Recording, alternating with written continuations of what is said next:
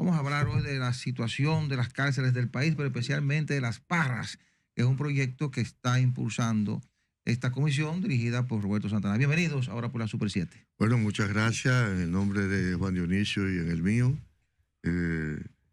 Estoy aprovechando la ocasión para informar a la opinión pública, en este caso a través de este prestigioso medio, que hemos llamado a bordo a Juan Dionisio para que nos acompañe en este proceso de reforma, aprovechando nosotros su vasta experiencia, tanto en la Cámara de Diputados como específicamente en la Comisión de Derechos Humanos y su vasto compromiso social.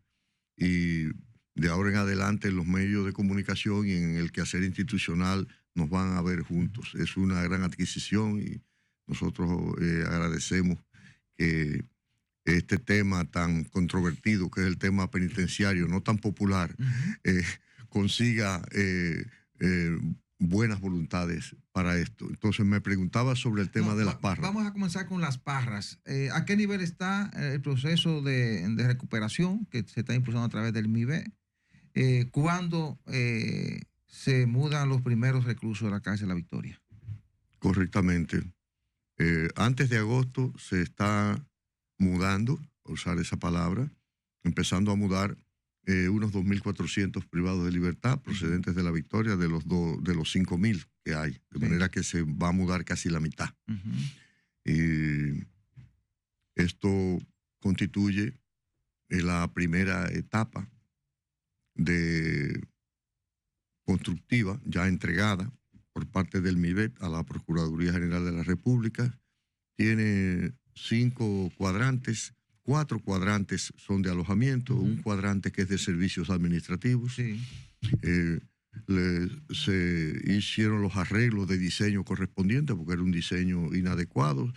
Se adecuaron las celdas, se aseguró mejor el lugar porque únicamente teniendo una capacidad para 8.500 privados de libertad, lo que separaba a esos privados de libertad unos de otros era simplemente una malla ciclónica. Una malla. Una malla ciclónica.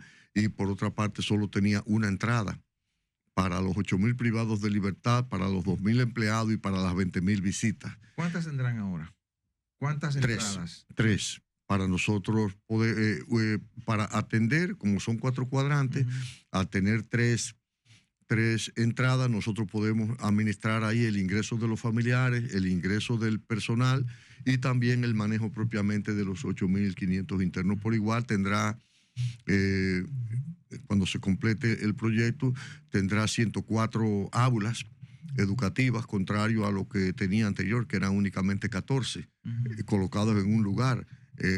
Juan Dionisio siempre dice que era increíble cómo esos 8.500 privados de libertad iban a trasladarse a más de 1,5 kilómetros desde los diferentes edificios a esa escuela, en 14 aulas donde desde el punto de vista real, multiplicándola por 2, que son 28, es decir, las 2 tandas, solo podían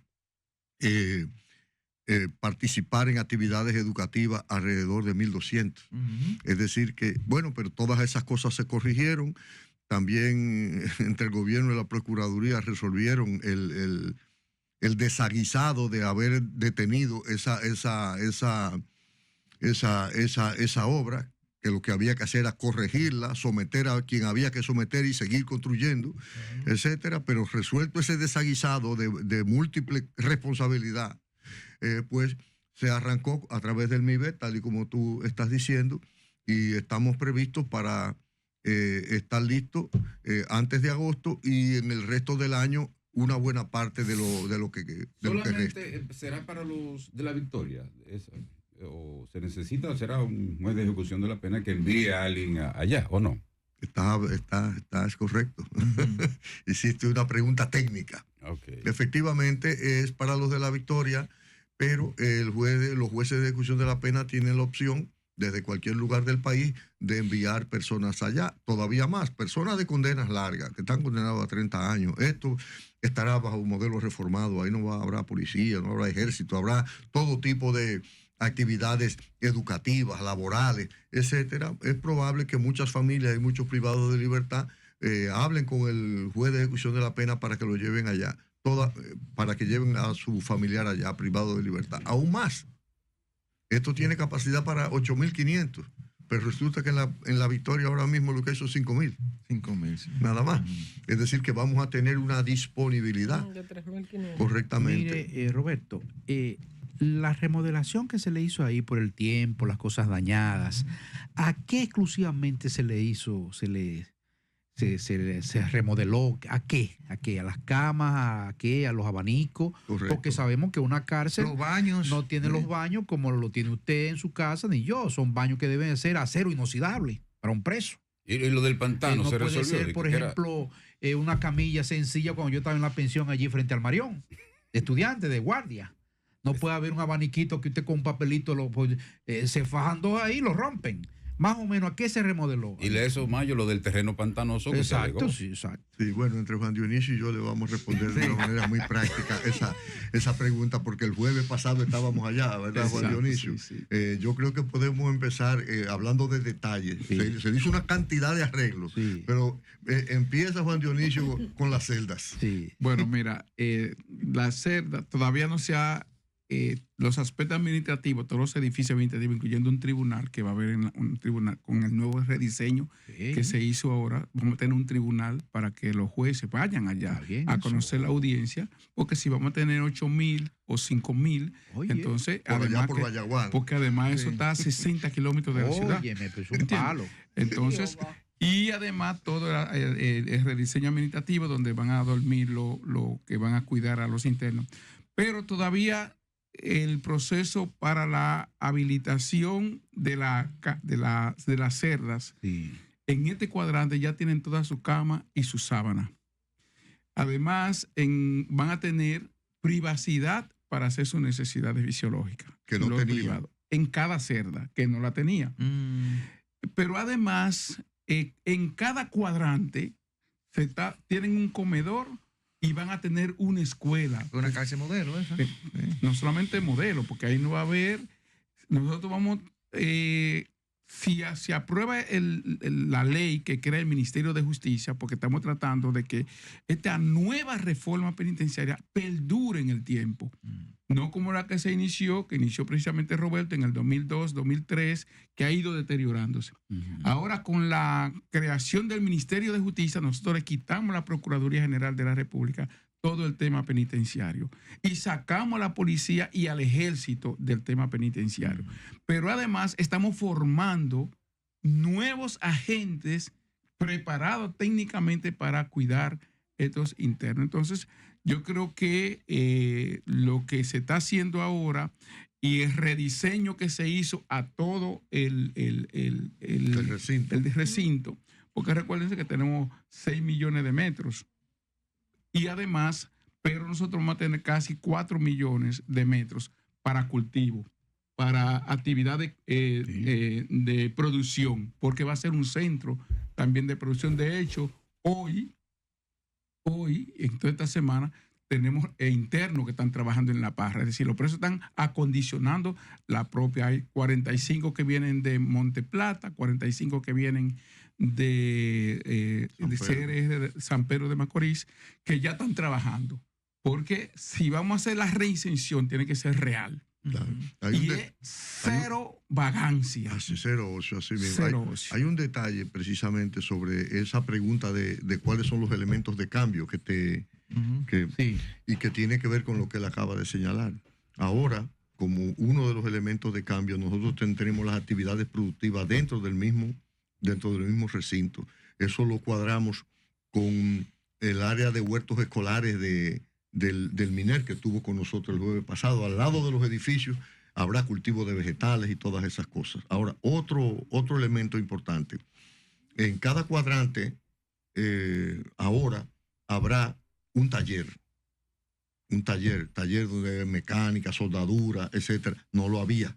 Tipo escuela laboral, más o menos. Sí, así mismo. Así Incluso coordinado con Infotep y con las escuelas vocacionales de las Fuerzas Armadas.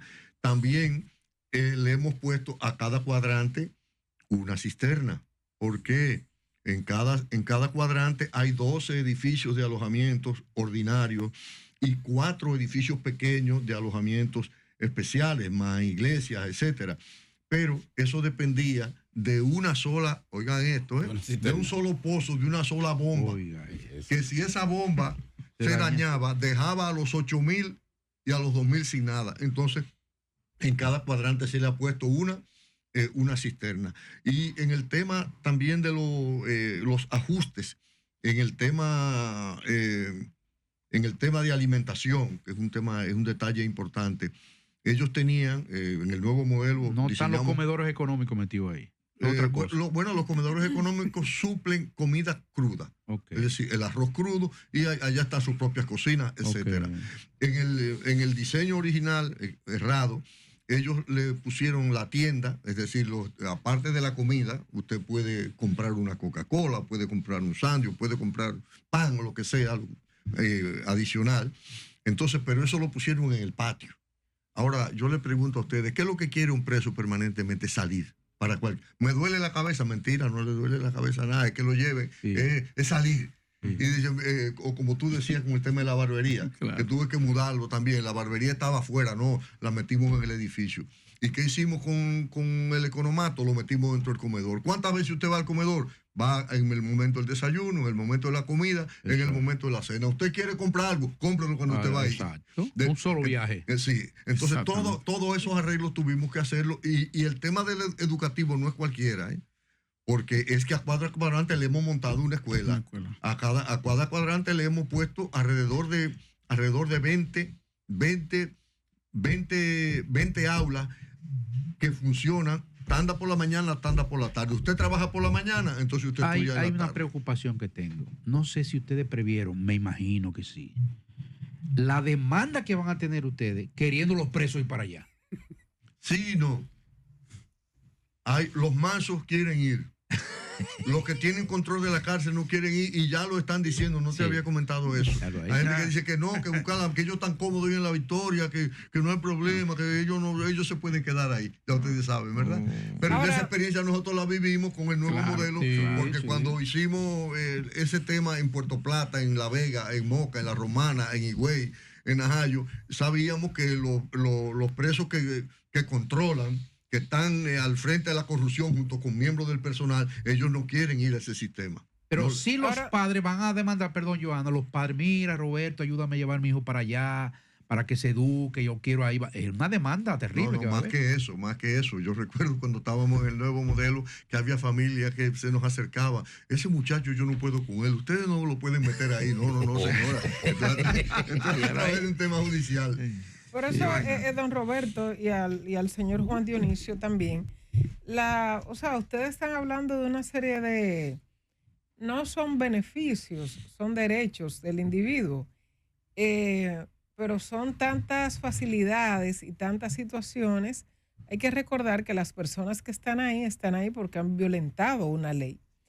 ¿Por qué es tan importante esa transformación en la que ustedes están trabajando para individuos que están ahí no por una buena conducta? De hecho, pueden estar ahí porque hayan matado a una persona, porque hayan matado 2 personas. ¿Por qué es tan importante esa transformación, más allá de la dignidad del individuo, sino la transformación con la que se supone han de salir de allí? Bueno, Juan Dionisio presidió la Comisión de Derechos Humanos de la Cámara de Diputados. Yo he bregado mucho con esos temas, pero de mi lado, simplemente decirle que aparte de que hay que hacerlo porque lo dice la ley, nosotros tenemos la opción, y ahí para corregir el tema de Bukele, ¿verdad? Nosotros tenemos la obligación de, al recibir a esas personas, quitarle la capacidad de daño y devolverlo de una manera positiva a la sociedad. Es decir, y para eso nosotros tenemos que dar determinadas condiciones, porque nosotros no podemos arreglar a esa gente a palo, nosotros no lo podemos arreglar a esas personas poniéndolo a dormir en el suelo, porque ¿qué rehabilitación es que le vamos a dar? No lo podemos dar metiéndole prostitutas ahí todos los días, metiéndole droga, 13 billares, como me dijo, etcétera. Es decir, Que habían en la Victoria. tenemos que hacer un trabajo profundo con ellos y tenemos que tratarlo con dignidad, porque de lo contrario salieron malos y van a salir peor. Pero Juan Dionisio es un duro en tema, pregunta es muy acertada, pero es un tema de seguridad. es un tema de seguridad ciudadana. Es decir, todo el que está hoy sometido a la justicia cometió un error, hizo un daño y tiene que pagar por ese daño, pero no podemos permitir que vuelva a hacer ese daño.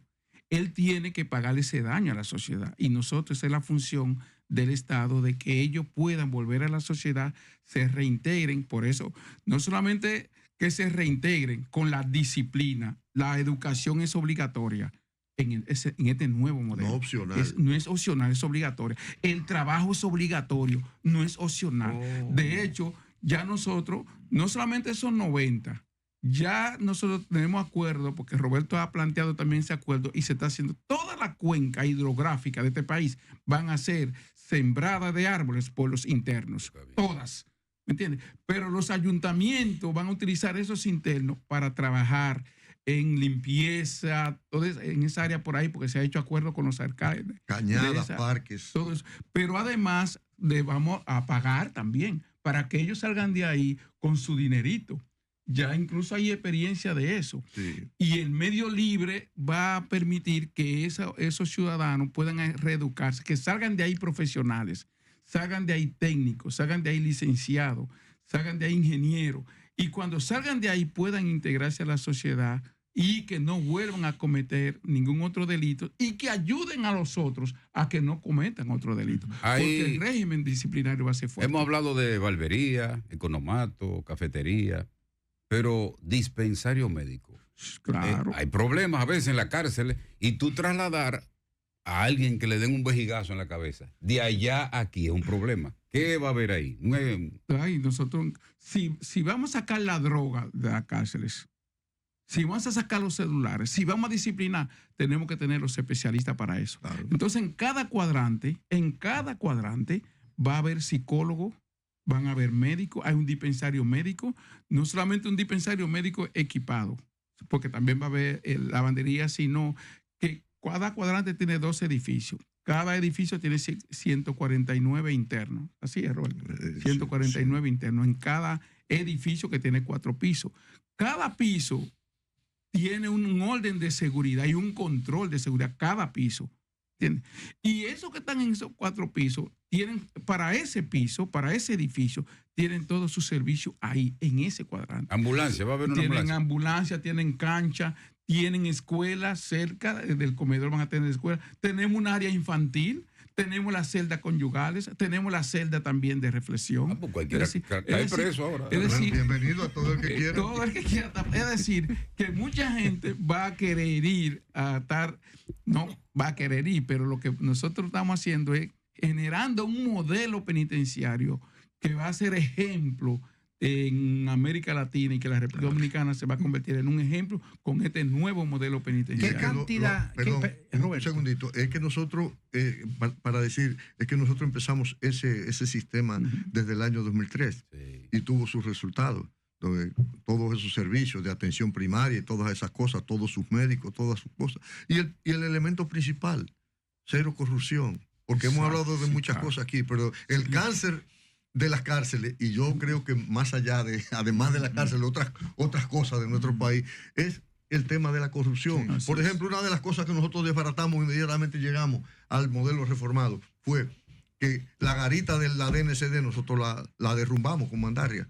Pero eso es en contra del director del DNCD, el que fuera en ese momento, hace 15 años, o ahora Cabrera Ulloa, que es un excelente, por mí se puede morir ahí, porque es una persona excelente. Pero es que resulta que, igual que la policía, no pueden responder por todo ese gentío que tienen ahí abajo. Entonces, desde esa época hasta hoy, no pueden poner un pie ahí adentro. Entonces, cero droga, cero corrupción, un personal debidamente formado. A decir, eso es soñando. No, es que ya lo hicimos una vez y se deterioró por falta de voluntad política, como todo el mundo sabe. Claro. ¿Qué cantidad de entre sexo, entre hombres y mujeres va a haber ahí? Eso es de varones.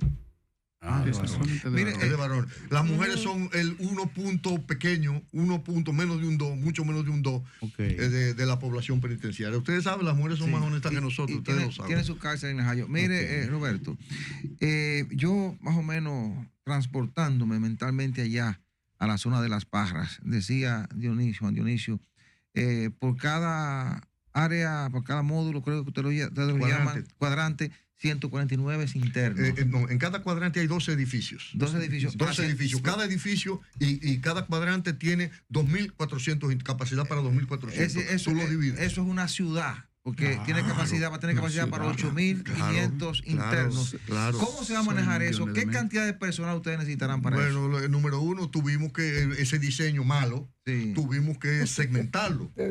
Tuvimos que separarlo, tuvimos que hacer la entrada, tuvimos que levantar paredes. Recuerden que le dije que lo que había era una malla ciclónica.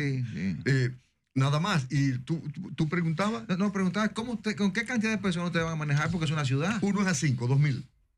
2.000 personas. Necesita 2.000 miembros del personal, que incluye seguridad, administración, médicos, educadores. ¿Y de dónde lo van a sacar? Iba a preguntar eso. Eso, bueno, tenemos la escuela penitenciaria. Claro, ahora mismo estamos graduando 500. Y además, la ONAPRED ha formado 8 áreas de trabajo. Y esas 8 áreas que están en toda parte con voluntarios, tenemos más de 300 voluntarios. Entonces ahí está el área de psicología, el área de infraestructura, el área de educación, el área de producción, el área de justicia. Entonces todo mancomunadamente estamos trabajando y hemos priorizado que los empleados que tienen condiciones de la área de las Parras, de las áreas de Vallaguana, del área de Guerra, de las áreas del Bonito, todas esas áreas que cumplan con los requisitos y tengan las condiciones, esos son los que vamos a priorizar como empleados. Me llamó la atención que ustedes decían en principio del programa de que van a tener un tribunal ahí dentro. Así Conociendo uno de los diferentes niveles que tiene la justicia dominicana y que cada privado de libertad tiene un proceso diferente al otro. Ese tribunal será para que en ocasiones se traslade un juez para conocer un caso en particular. ¿Cómo se hará? Y me gustaría también saber si este es un modelo que se aplica en otros países, porque hasta ahora aquí no tenemos cárcel con un tribunal dentro. ¿Dónde se aplica ese tipo de modelo? Bueno, lo primero que tenemos que decir es que desde que este modelo arrancó en el año 2003 y las Naciones Unidas lo inspeccionó y lo certificó, este es un modelo mundial. Este es un modelo mundial que nosotros mismos, los dominicanos, lo hemos dejado caer, hablando claramente, ¿verdad? Y que sigue funcionando mínimamente. Con un tribunal dentro, siempre. Entonces, la idea de nosotros siempre ha sido que haya servicios judiciales internos que puedan facilitar. Porque ¿para qué que trabajamos? Nosotros trabajamos para la libertad. Pero, ¿qué libertad? Una libertad sobre la base de la rehabilitación previa. ¿De acuerdo? De manera que no es ocasional, no es que va a ir cada cierto tiempo un juez, no, el servicio judicial es permanente. Ahora, yo le pregunto. Roberto, es que aquí la justicia está dividida, por ejemplo, por departamentos judiciales. Es posible que un preso necesite que le revisen una medida de coerción, pero otro necesita que le conozcan un caso en apelación y que otro necesita que lo conozcan en la Suprema. Entonces, ¿cuál es la función de ese tribunal? Bueno, yo creo que si es a nivel de jueces de la Suprema tendrá que venir a la Suprema. Y si es de apelación también tendrá que venir a la Corte. Probablemente también. Probablemente. Y si es de intrusión, tú tienes razón. El ministerio, por eso la necesidad de la creación del Ministerio de Justicia, porque el Ministerio de Justicia va a ser el ente administrativo del sistema de justicia de la República Dominicana, que no lo tenemos, solo teníamos en el 64 y eso se transfirió a la Procuraduría General de la República.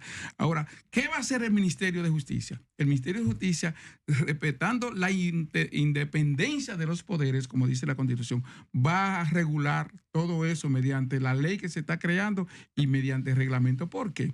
Porque nosotros, como decía ahorita, nosotros tenemos 3 instancias fundamentales: la Procuraduría, la jurisdicción y la Defensoría Pública, y entonces va a estar el Ministerio de Justicia como en el aspecto administrativo. ¿Qué va a pasar?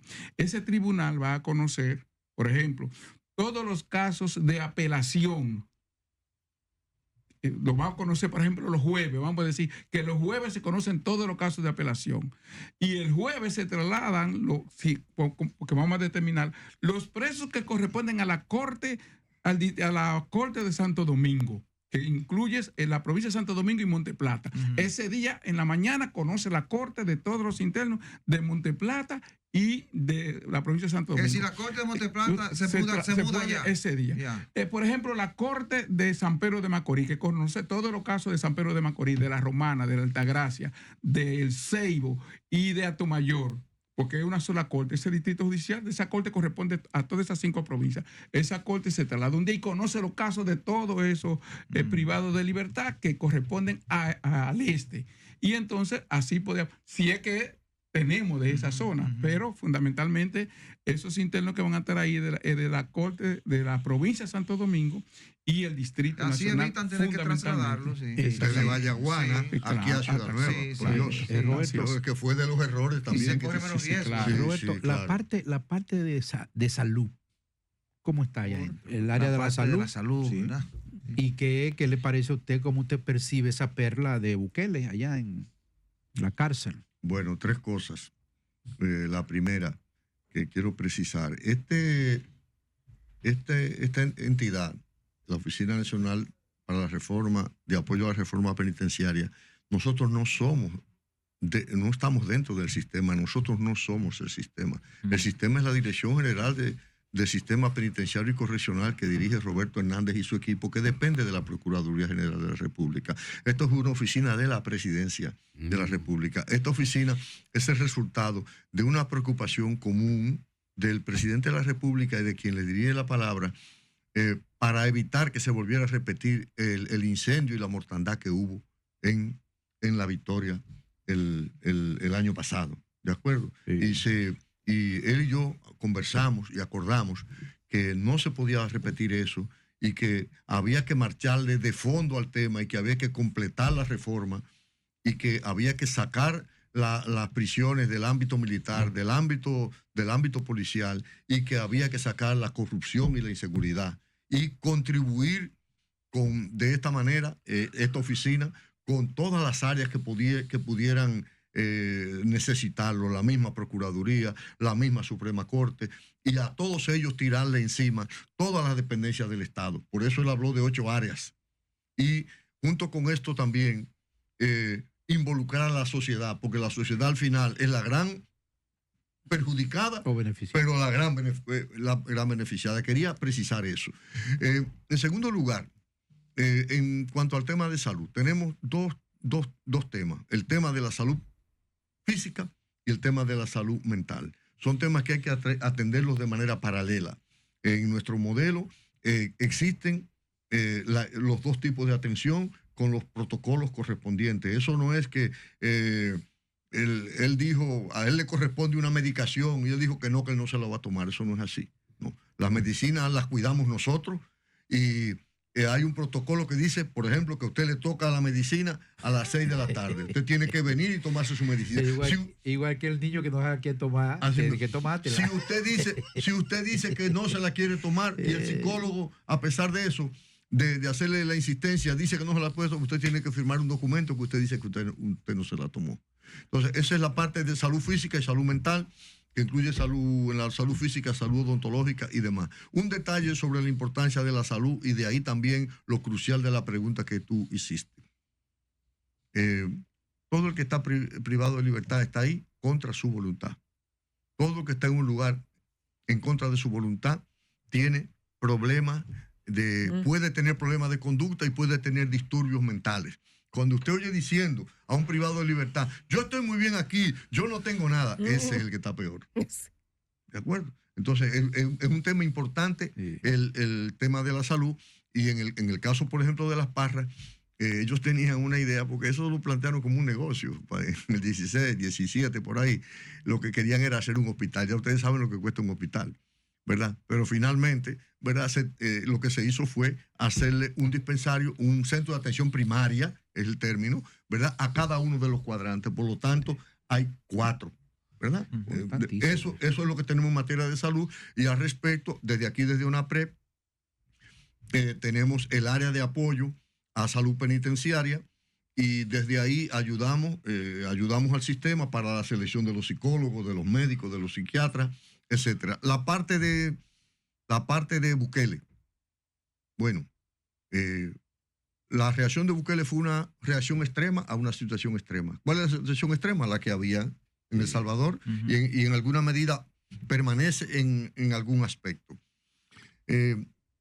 No es el tema de El Salvador nada más, sino 3 países que se denominan el Triángulo Norte: Guatemala, Honduras y El Salvador. Triángulo Norte, ¿por qué? Porque son los que están más cerca de México. ¿Por qué son delicados? Porque son el vínculo del paso migratorio y del crimen organizado por México en dirección a los Estados Unidos. Bien, entonces, al respecto, desde el año 2012, yo he estado trabajando con ellos, muy particularmente cuando declinó la reforma aquí en República Dominicana, Unión Europea, Departamento de Estado, la ONU, cada uno en su momento me contrataron para allá. Yo le hice la política penitenciaria de Honduras, le hice la de Guatemala y le hice la de El Salvador. De esa política penitenciaria que le hice a El Salvador, no se salió adelante, salvo un par de centros, Mariona y Izalco, una granja, y Bukele fue el que retomó el tema. Pero al retomar el tema, solo tomó la parte de la prisionización. Al tomar la parte de la prisionización, le hicimos la observación de que tenía que ponerle carne penitenciaria, de que a esas personas había que educarla, a esas personas había que ponerla a trabajar. Y por otra parte, que ellos tenían que hacer una política social agresiva, es decir, perentoria, en los barrios de donde venían esas personas. Porque al final esas personas que metieron presas 60,000, 70,000, nos iban a pasar la vida ahí, volvían para la calle. Y si ellos podían hacer el mejor trabajo del mundo con ellos ahí, pero si esas personas volvían al barrio donde el papá es marero, la mamá es marera, el tío es marero, la maestra es marera, que tenían que hacer un trabajo social. Y bueno, yo creo que ellos están haciendo su pequeño esfuerzo, pero hay que entender que fue una medida extrema ante una situación extrema. Finalmente, Roberto, además de Las Parras, la comisión que usted preside está trabajando con otras cárceles. ¿El proceso de las demás cárceles cómo va? Estamos ayudando efectivamente a través del Ministerio de Vivienda y para otras áreas, como las Fuerzas Armadas también. Y en este año, recuerden que el presidente y yo acordamos marcharle integralmente al proceso de reforma. Sí. Para marcharle integralmente al proceso de reforma con el personal que se necesita, etcétera, también se necesitan la infraestructura, las prisiones, los centros penitenciarios. Acordamos construir 26. Entonces me dirá, Roberto, ¿y qué fue lo que pasó? ¿Por qué tanto? Bueno, porque entre esos 26 tengo que contar 19 que están en manos del ejército y la policía y las tengo que sacar. Todo.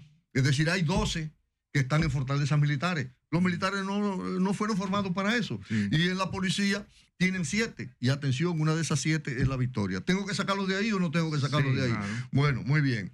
Entonces, lo dividimos eso en cuatro etapas. La primera etapa es la de este año. Y este año estamos entregando 4 prisiones nuevas. Ajá. Una en Higüey. Sí. Una en San Juan, ayúdame si se me olvida, una en Barahona y Las Parras. ¿Capacidad para cuánto? Para 4,000 privados de libertad. ¿Cuánta es la... Todo el viejo modelo. Todo eso es del viejo sistema. Este año. Todo eso es a más tardar en diciembre de este año. Ahora bien, ustedes me dirán, ¿qué significa 4,000 de 25,000? Bueno, resulta, para información de ustedes, que hay 10,000 en el sistema reformado. Si usted le suma 4,000, son 14,000. Sí. Y los que hay presos en general son 25,000. De manera que me voy a ir por encima del 50%. Sí. Ahora, un detalle extremadamente importante. Hay 25,000 presos, pero ¿hay espacio para cuánto ahora mismo? De esos 25,000, hay espacio solo para 16,000. ¿Qué quiere decir eso? Que hay 9,000. Sí. Que no hay una sobrepoblación de 9,000. Y si a esos 9,000 yo le quito este año 4,000. Le estoy quitando casi la mitad. Claro, ¿sí o no? Sí. De manera que eso es lo que va. Y el año que viene vamos a entregar 6 más. 6 y 4, 10. Roberto, pero hay otro problema, perdón. Ajá. Es que hemos creado un fondo que se llama el Fondo de la Libertad para los pobres de la pobreza, los presos de la pobreza. ¿Por qué? Porque podemos resolver esos 4,000. Una multa. Exactamente, porque hemos descubierto que tenemos de 1,000 a 20,000 personas presas por medida de cohesión, de 1,000 a 20,000. Y tenemos 1,200 de 1,000 a 50,000. Entonces, ¿qué vamos a hacer? A una gente que le pusieron Pero dile por cuánto que está preso alguno de ellos. por 1,000 pesos. Por 1,000 pesos, por 3,000.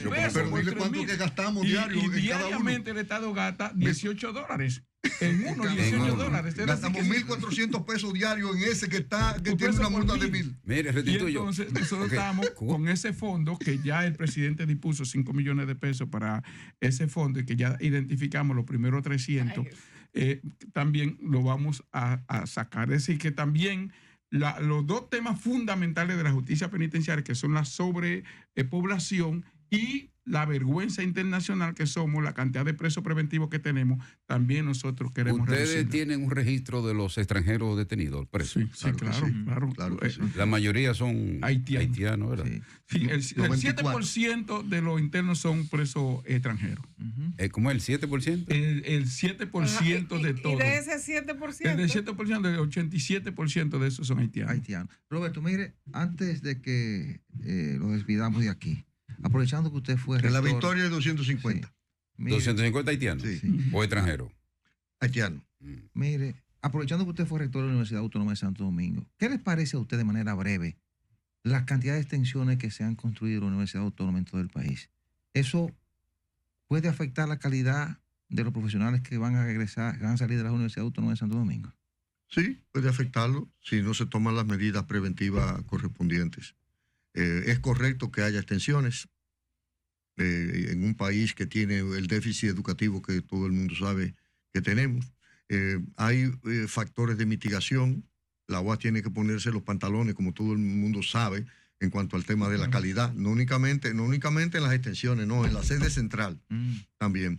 Pero fíjense cómo nos ha dado una luz este tema de la pandemia Ujú. con el asunto de la virtualidad. Sí. Ahora, tú eres el mejor profesor de Derecho Penal 2, por ejemplo. Ya tú no eres profesor únicamente de aquí de la sede central, a través de la virtualidad. Tú que eres el mejor profesor de Derecho Penal, Sí. le puedes dar clase a los muchachos que están en Nagua. Es así. De manera que es correcta, esa inversión es totalmente correcta, lo que hay que acompañarla de calidad. Bien, gracias a Roberto Santana, director de la Oficina Nacional de Apoyo a la Reforma Penitenciaria, y el señor Juan Dionisio Restituyo, que es el coordinador de la ONAPRE. Vamos a conectar.